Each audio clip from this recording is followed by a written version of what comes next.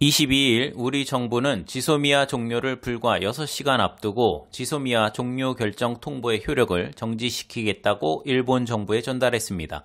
그동안 미국 고위급 관료와 군 장성들이 돌아가며 지소미아 관련해서 압박을 가하더니 급기야 미국 상원이 21일 만장일치로 지소미아 연장을 강력히 촉구하는 결의를 하고 일본 신문에서는 지소미아가 종료될 경우 미국이 한국 반도체 산업에 대해 제재를 가할 것이라는 보도가 나오면서 뭔가 엄청난 일이 벌어질 것 같았지만 결국 미국의 중재 또는 협박하에 양국 정부가 미국의 요구를 들어주는 모양새가 되었습니다.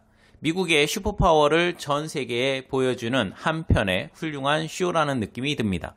미국 상원의 지소미아 결의안 대표 발의자인 제임스 리시 외교위원장은 지소미아는 미국의 국가 안보와 인도 태평양 지역 평화와 안정에 중요하다며 지소미아에 계속 참여할 것을 한국에 촉구한다고 말했는데요. 지소미아는 미국이 대중국 견제를 위해 세운 인도 태평양 전략과 매우 밀접한 관련이 있음을 알 수 있습니다. 결국 일본 외교부 관리들과 친하고 미국 무기회사들의 막대한 후원을 받는 미국 상원 의원들까지 팔 걷어붙이고 한국을 압박하면서 미국 정부 관료와 미국 장성의 미국 의회까지 전방위적으로 한국을 압박했음을 알 수 있습니다. 이는 반대로 생각하면 한국이 결정권을 쥐고 있음을 알 수 있습니다. 한국 정부는 그동안 일관되게 일본의 태도가 변화하지 않으면 지소미아를 종료할 것이라고 말해왔는데요. 일본은 경제와 안보의 문제는 별개라는 표현을 하면서 지소미아의 종료를 원치 않음을 내비쳤습니다.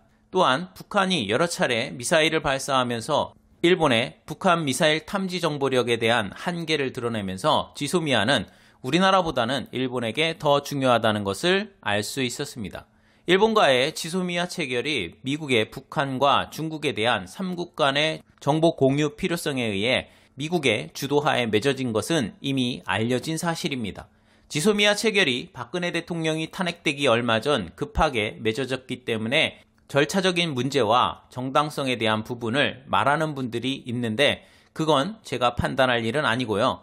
이명박 대통령 때부터 지소미아 체결을 시도했던 것을 보면 시간적으로 더 이상 미뤄서는 안 되는 상황이었다고 생각됩니다. 그만큼 중국의 군사력 굴기를 미국이 더 이상 방치할 수 없다는 의중이 포함되었을 거라고 생각합니다. 한국이 눈부신 성장을 하며 한강의 기적이라 불릴 정도로 큰 발전을 한 것은 정부, 기업, 국민이 합심한 결과라고 생각합니다. 하지만 그러한 기적의 바탕에는 미국의 한국에 대한 안보 우산의 도움을 무시할 수는 없겠죠. 그에 상응해서 우리나라도 미국 무기를 구매하고 미국에 대한 충실한 동맹국으로서의 역할을 수행하고 있고요. 하지만 현재 한국과 미국의 관계는 많이 삐걱거리는 상태인데요. 미국이 한국을 바라보는 시선이 더 이상 예전의 가난한 한국이 아닌 미국 입장에서는 돈이 되는 부유한 국가로 인식하기 때문이지 않나 생각됩니다. 경기도 평택의 미국 해외 군사기지 중 가장 큰 험프리 캠프 조성 비용 11억 달러의 90%를 우리나라가 지불했고 미국이 한국에 사드를 배치하자 중국이 단행한 무역보복으로 인한 경제적 타격이 상당했지만 오롯이 감내해냈습니다. 또한 현재도 미국과 중국의 무역전쟁으로 인한 피해도 상당하고요. 일본이 한국에 무역 규제를 가했을 때도 미국의 주요 동맹국들 간의 문제인데도 별다른 반응을 보이지 않고 두 나라가 알아서 해결하라는 식으로 나오면서 일본이 미국의 동의하에 무역 규제를 가하지 않았을까 하는 추측이 돌 정도였습니다. 우리나라에서 일본의 무역 규제에 대한 대응책으로 지소미아 종료를 결정하자 그제서야 미국이 화들짝 놀라 한국 정부를 압박하는 자세를 취하면서 이 또한 일방적으로 일본을 도우는 것으로 비쳤습니다.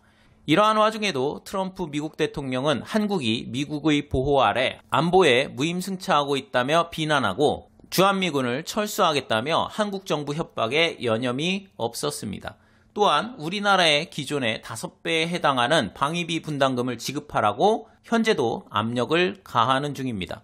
이번에 한국, 일본 양국이 지소미아 종료의 효력을 정지하고 일본과 무역 규제 관련해서 대화를 재개하기로 한 것은 누가 봐도 전적으로 양국 정부의 대의에서 비롯된 결단이라고 보기 어려울 것입니다. 미국의 압력으로 인해 양국 정부가 마지못해 조금씩 양보했다고 보는 것이 지배적인 견해입니다. 결국 양국이 무엇을 원하든 미국이 원하는 결론대로 결말이 나겠지요. 하지만 이번 일을 통해 미국이 깨달았기를 바랍니다. 한국이 예전처럼 만만한 국가가 아니라는 것을요. 그러한 부분에 대한 고려 없이 동맹국을 협박하고 압력을 행사해서 미국의 의지를 강제로 관철시킨다면 아무리 굳건한 동맹이라도 균열이 생길 수밖에 없다는 것을 미국 트럼프 대통령이 이번에 깨달았으면 좋겠네요. 중국 견제가 가장 시급한 과제인 미국 입장에서 우리나라의 전략적 가치는 상당합니다. 시청해주셔서 감사합니다.